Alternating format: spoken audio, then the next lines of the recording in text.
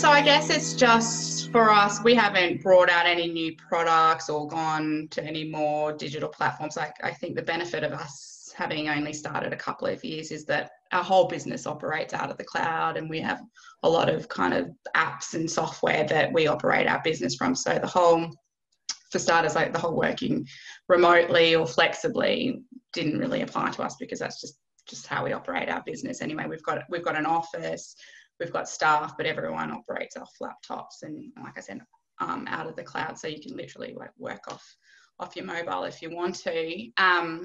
But I think like what I've learned out of this over the last few months is just, and I guess it comes back to, I guess, just having experience in the property industry more broadly, gone through, locally the GFC, which was, more than 3 months, gone through the Brisbane floods, I guess you call it 1.5 times or a couple of times there, with projects that were severely flood affected on the riverfront, high-end property being, for years, and then more recently having to go through the oversupply bubble in the apartment space. So I've been through a few challenging cycles in the market. And so when this happened, it's like, all right, we know that, and I know I did tell you this, Janelle, was like that there was that week of ScoMo coming out and having all those announcements of shutdown measures, and I literally went, oh my God, Claire, like the world is over. We've got to finish. We're going to close our doors. That's it. We're done.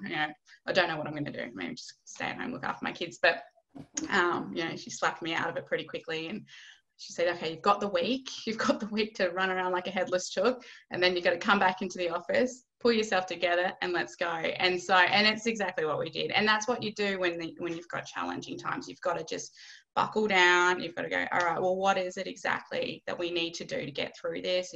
As a business owner, you go through your P&L and your balance sheet, your forecast, and, you do all the COVID lens assessment for the business. But then you also, when we're, driving business and our pipeline and the business development that we need to do to make sure that, we're running a sustainable business, rather than, pre-COVID, it was probably a bit more, not a scattergun approach, but we had a very broad offering of services, and the clients that we were, that were the prospect, potential projects that we were targeting were very, very much sales and marketing or construction. And so we went, all right, COVID, what do people need? Like, what are their needs? There's no point in spending all this time in telling people that you've got really great sales and marketing strategies, because there's no market for that. So, and so we went into, we started releasing a few series of certainty in an uncertain time, which was, the result of that analysis. And it was like, okay, well, if projects are going into construction or under construction, so we offer a superintendency service, and we offer superintendents as a service.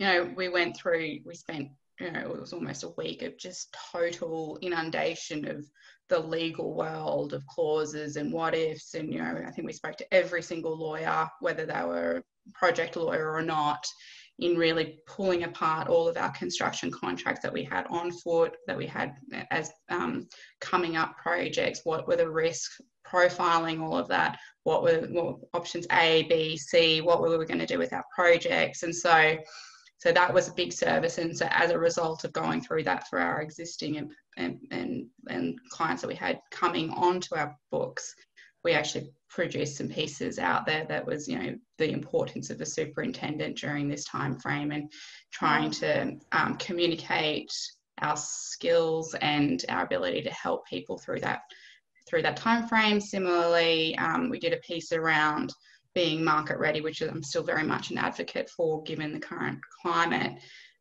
It's, when there's a period of uncertainty in terms of market performance, say for the next 6 months, we're not sure whether, the residential apartment market is going to bounce back as aggressively as it was pre-COVID.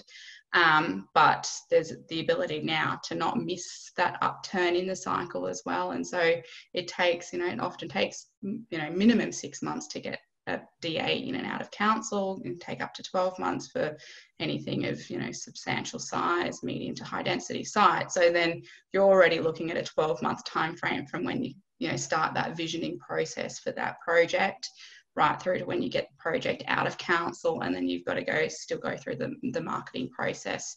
And so we're saying, you know, whilst it's a bit chaotic and a little bit uncertain right now, it is, you know, don't take your eye off the horizon in terms of where you need to go and what you need to do, and, you know, take the opportunity now to work through that and be ready and be market ready when the market does turn and, you know, it's a bit more palatable per se.